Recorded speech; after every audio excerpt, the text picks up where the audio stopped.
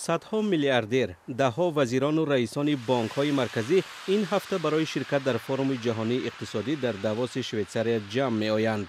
نشستی که آن را محفل ثروتمندان جهان نامیدند، آنهایی که به قول اوکسفام داراتر می‌شوند.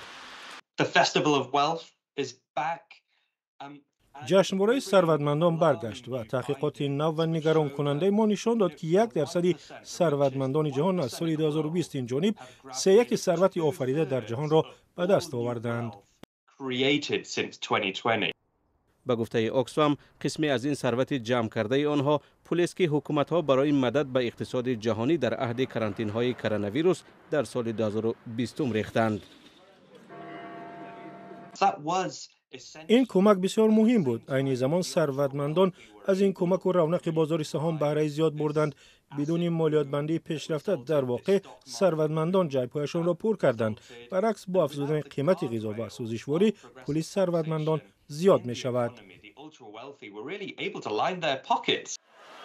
به حساب اوکسفام کمش 1,700,000,000 کارگر در کشورهای زندگی میکنند که تورم مزد کارشان را میخورد و به عباره دیگر آنها را قشاق‌تر میکند.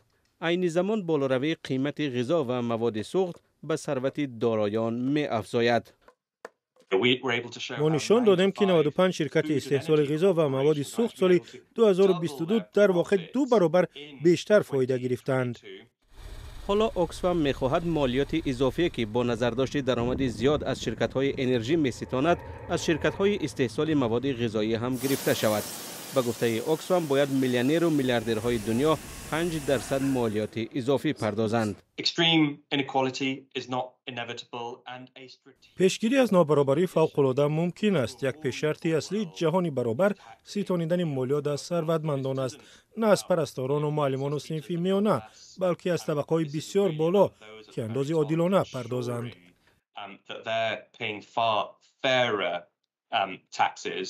برگزار کنندگانش میگویند فروم اقتصادی جهانی به نفع همه است. خطر بسیار شده است. ما باید راه حل جنگ و مناقشه ها را یابیم. باید تضمین دهیم که بر رکود نافتیم. اقتصاد ما مثل سالهای 70 10 سال باز سست رشد می کند. برای رفع این خطر حصه همه ما است که برای اقتصاد امن‌تر و فراگیر و رونق یابنده جهانی کار کنیم.